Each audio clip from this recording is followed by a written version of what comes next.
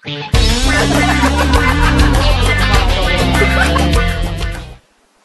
berada di rumah Kiai Haji Abdurrahman Wahid atau Gus Dur. Beliau adalah bapak bangsa yang mengajarkan agama dengan cinta. Energi cinta inilah yang membuat beliau memiliki sense of humor yang tinggi sebagai katalisator untuk menyelesaikan persoalan-persoalan rumit, persoalan bangsa yang selama ini selalu menjadi perhatian beliau dan selalu untuk dicari solusinya. Humor-humor yang cerdas, jok-jok yang segar selalu membuat orang lain tertawa, tapi diam-diam orang-orang tiba-tiba tertohok nilai kemanusiaannya. Kita akan berbincang dengan beliau dengan berbagai persoalan. Saya mohon maaf panggil Gus. Gus Dur kita tahu, dan jauh sebelum ini Gus Dur sendiri yang bilang bahwa pemilu tahun ini akan mengalami masalah berat dan kacau. Termasuk begitu banyak orang-orang yang stres.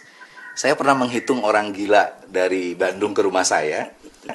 Mungkin caleg yang gagal, Pak. Saya hitung ada 49. Lalu ibu saya nanya, Man, kamu ngitung apa, Man? Saya bilang, ini mah ngitung orang yang stres karena nggak jadi. Ada berapa? Ada 49. Loh, kok beda? Mama juga ikut ngitung. Saya bilang, berapa, Mah? Mama ngitung ada 50. Siapa satunya? Dengan kamu, katanya.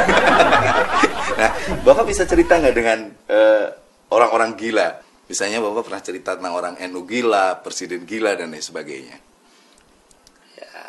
Kalau gila sih banyak banget itu. Jadi ada orang, dia itu lulusan fakultas pedagogi pendidikan. Suatu hari untuk wisuda dia undang saya ke sana, bilang kepada semua orang yang ada di situ, hati-hati ya kalau keluaran dari fakultas pendidikan. Pada suatu hari seorang ahli pendidikan, ahli jiwa, datang ke rumah sakit gila. Sampai di sana, dia lihat ada orang duduk bersandar di tiang, tangannya pegang lidi, di lidinya itu ada talinya, ada benangnya, ke bawah ke air. Dia menempatkan diri sebagai orang, dia bilang itu orang gila kan, dia bilang, udah dapat ikan banyak, Pak. Masa dokter gila, masa begini aja dapat ikan. Jadi yang gila. Jadi yang gila ya, Pak.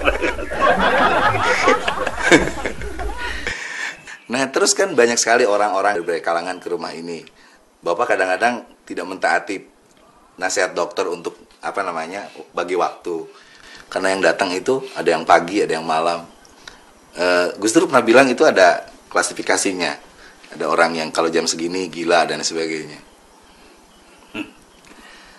Ya, kok mesti begitu. Nggak mesti. Gila itu macam-macam.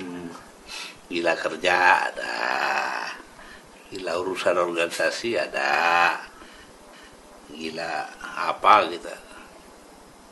Contoh kalau gila organisasi itu dulu Dr. Fahmi Saifuddin. Periparan saya dulu.